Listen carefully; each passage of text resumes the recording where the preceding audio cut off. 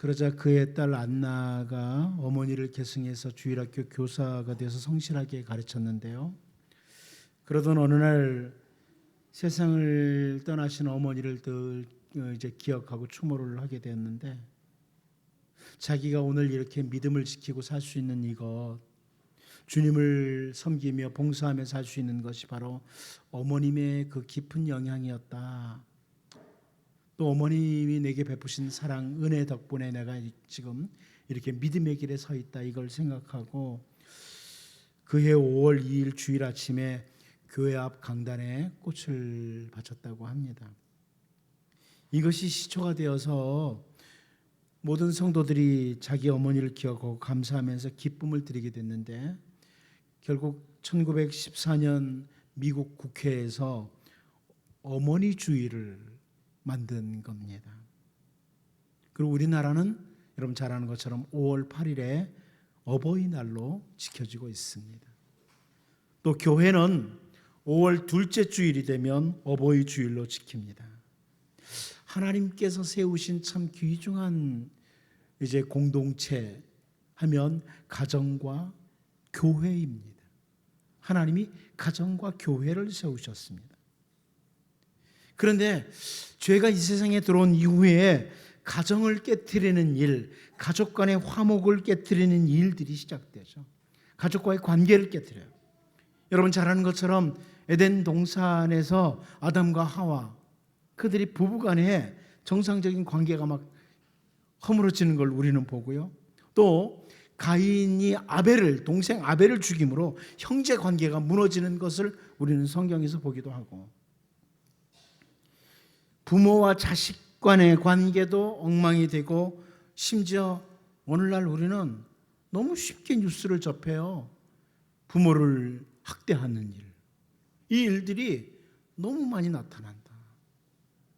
최근에 한 뉴스에서는 그 나이 드신 분들을 학대하는 상당한 퍼센테이지가 바로 자녀들이라고, 자녀들에 의해서 나이 드신 분들이 학대를 당하고 있다, 이런 뉴스까지 봅니다. 여러분, 우리는 주님께서 십자가 위에서 사랑하는 어머니를 요한에게 부탁했던 것, 이것을 보면서 죄로 인해 무너진 가정을 회복시키는 이것이 얼마나 중요한지도 확인하게 됩니다. 잠언은 우리가 정말 인간답게 살 수 있는 지혜로운 길, 하나님의 백성으로서 인간답게 살 수 있는 지혜로운 길을 보여주고 있는데, 그 중에 오늘 본문 말씀은 부모님에게 대하는 자세죠. 부모님에게 우리가 어떤 모습으로 대해야 되느냐, 이런 부분이 기록되고 있습니다.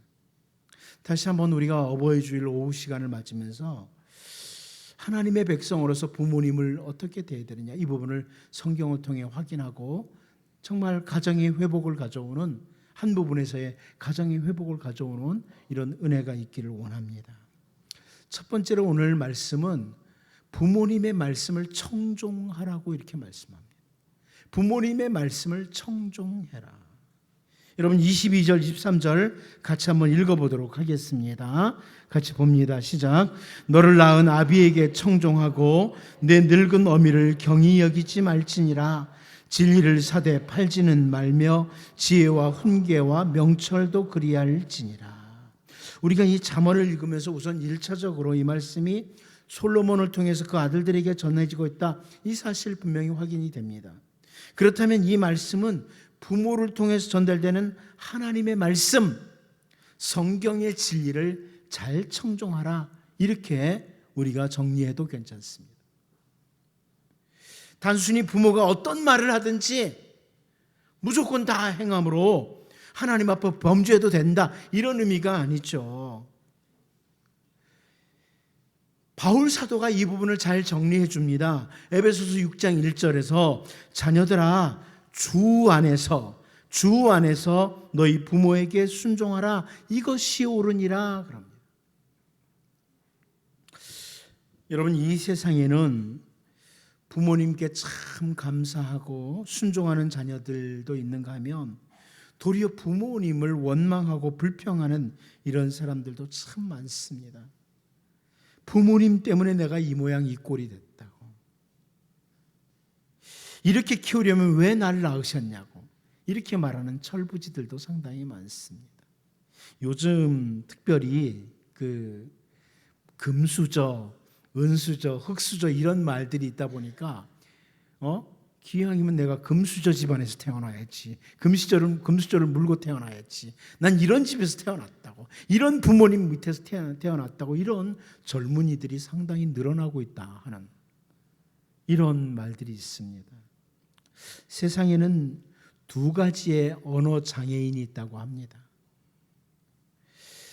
말을 못하는 언어 장애인이 있고 말을 하는데 언어 장애인이 있다고.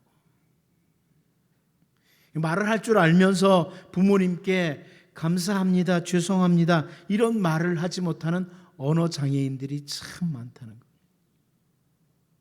말은 할 줄 아는데 언어 장애인.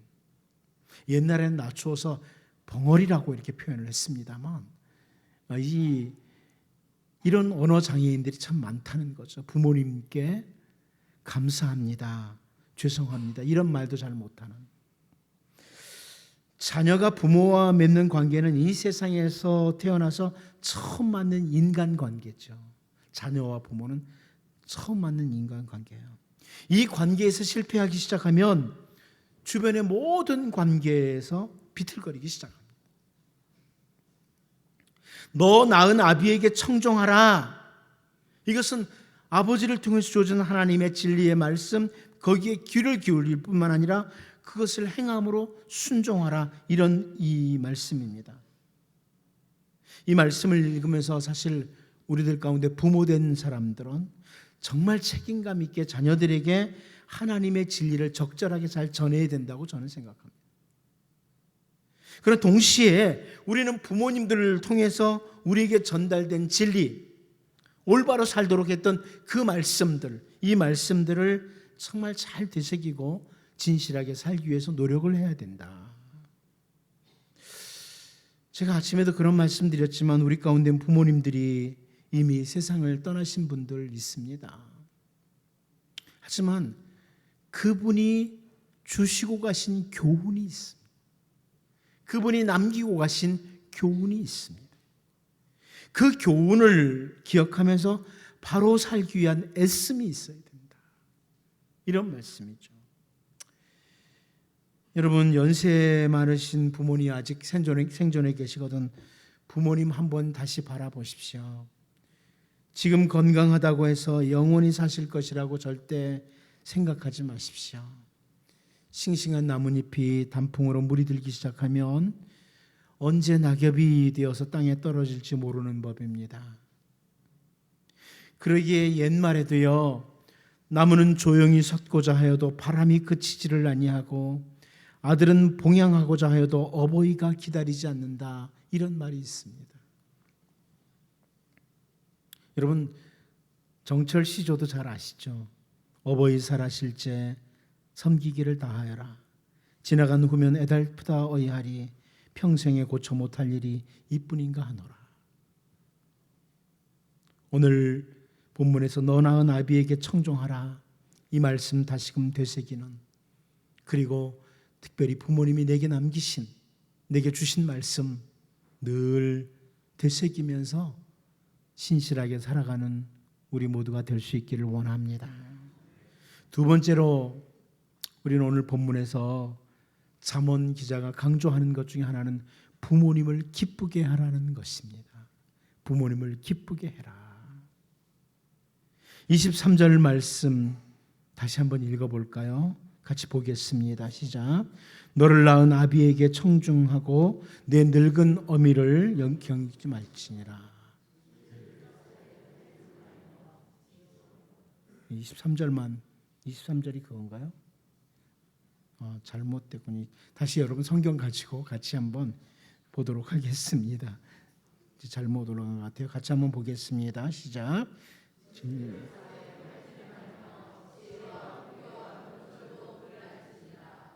예, 22절부터 있는데 솔로몬이 계속해서 내 늙은 어미를 경히 여기지 말아라. 이 말씀을 먼저 하죠. 어머니가 늙었다고 가볍게 여겨서는 안 된다. 사람들이 어렸을 때에는 가장 소중한 분이 어머니라고 생각을 해요. 어렸을 때는 가장 소중한 분 어머니라고 했다가 장성한 데는 어머니를 무시하는 경우들이 참 많습니다. 그 부모님이 자기보다 배우지 못했다고 혹은 남루한 옷차림을 하고 있다고 경히 여기는, 가볍게 여기는 일들이 얼마나 많습니까? 여러분, 그 어머니의 남루한 모습을 보고 친구들에게 자기 집 가정부라고 소개하는 것이 꼭 연속극의 이야기만일까요? 참, 오늘 본문에서 어머니를 가볍게 여기지 말아라, 이 말씀 명심해야 됩니다. 잠언 기자가 효도의 본질적인 문제를 이야기하면서 25절에서 내 부모를 즐겁게 하며 너를 낳은 어미를 기쁘게 하라, 이렇게 권면합니다. 내 부모를 즐겁게 하며 너를 낳은 어미를 기쁘게 해라. 사실상 효도의 본질적인 문제는 부모님을 즐겁게 하는 거예요. 부모님을 즐겁게 하는 거. 아무리 효자, 효녀, 효부라고 해도 부모님을 슬프게 한다, 이것은 아니라는 거죠. 어떻게 하면 부모님을 기쁘게 해드릴 수 있을까? 자녀들이 어떻게 해야 부모님의 마음이 즐거울 수 있을까? 어버이날 가슴에 꽃 한 송이 달아드리면 부모님이 그것으로 마음이 기뻐할까? 물론 요즘은 꽃도 잘 안 달아드리고 선물도 잘 안 하고 뭐 이런 경우도 많이 있습니다만, 오늘 본문에서는 진정으로 부모님을 기쁘게 하고 즐겁게 해드리는 방법을 하나 가르쳐 줍니다. 24절이죠. 의인의 아비는 크게 즐거울 것이요 지혜로운 자식을 낳은 자는 그로 말미암아 즐거울 것이니라. 자녀가 아무리 세상적으로 그렇게 크게 출세하지 못했다고 할지라도 의롭게 사는 것, 이게 부모님을 즐겁게 하는 것이다, 이런 말씀입니다. 여러분, 자녀가 불의한 방법으로 막 호의호식하면서 불의한 방법으로 막 고기를 사다 대접해 드린다, 그러면 부모님이 기뻐할까요? 잠언 17장 1절 말씀에 마른 떡 한 조각만 있고도 화목하는 것이 제육이 집에 가득하고도 다투는 것보다 나으니라, 이렇게 말씀하지 않습니까? 정말 부모님을 기쁘게 하는 것은 뭐냐? 내가 정직하게 정의롭게 세상을 살아가는 겁니다. 부모님의 보람은 자식들이 정직하게 생각하고 정직하게 말하고 정직하게 살아가는 거겠죠. 어떻게 살아도 돈을 많이 벌고 출세하고 그러면 내 부모님이 기뻐할 것, 이건 철부지들의 생각입니다. 세상을 이미 떠나가신 부모님들도 자녀들이 의롭게 살기를 바란다, 이것을 예수님께서 말씀하신 부자와 나사로의 비유에서 역시 볼 수 있습니다. 그렇다면 의롭게 사는 길이 어떤 길이냐? 의롭게 사는 길이 어떤 길이냐? 우리는 너무나 잘 알죠? 어떻게 하면 우리가 이 땅에서 의인으로 살아갈 수 있습니까? 유일한 길이 있습니다.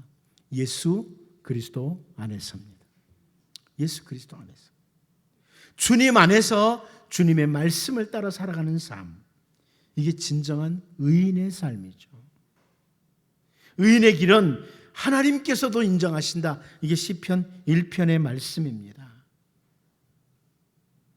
여러분, 부모님의 마음을 진정으로 기쁘게 해드리는 건 뭐냐? 우리가 주 안에서 말씀 따라 살 때입니다. 여기 24절을 다시 보면 의인의 아비는 크게 즐거울 것이요 지혜로운 자식을 낳은 자는 그로 말미암아 즐거울 것이니라, 이렇게 강조합니다. 자기 자녀가 지혜로울 때 그 부모가 기뻐한다는 것을 설명할 필요는 없겠죠. 사람이 지혜롭지 못하게 앞에 위험이 있는데도 나간다, 그것은 부모의 기쁨이 아닙니다. 지혜로운 자식은 낳은 그 부모님이 즐거워한다, 이렇게 설명을 합니다.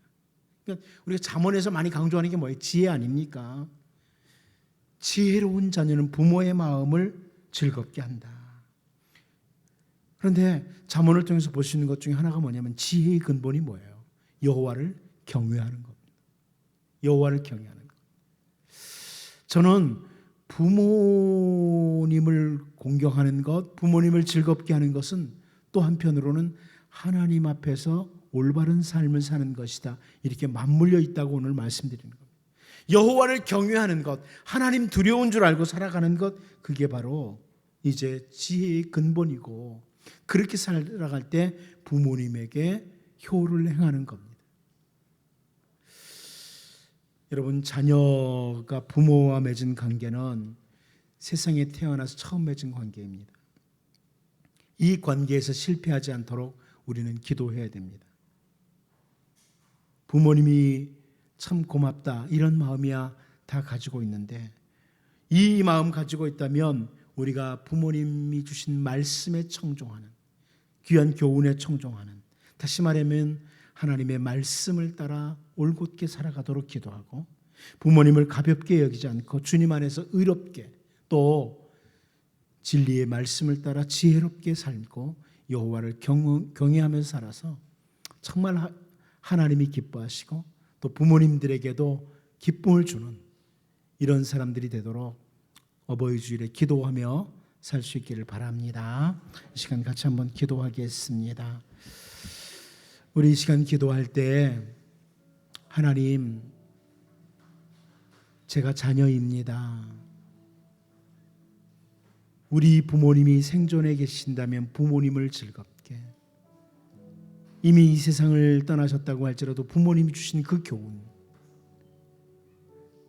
이것 늘 기억하고 주님 안에서, 그리고 여호와를 경외하며 살아가는, 그래서 참다운 그리스도인으로서 하나님이 기뻐하시고 부모님이 기뻐하는 이런 사람으로 살게 해달라고 이 시간 같이 한번 기도하겠습니다.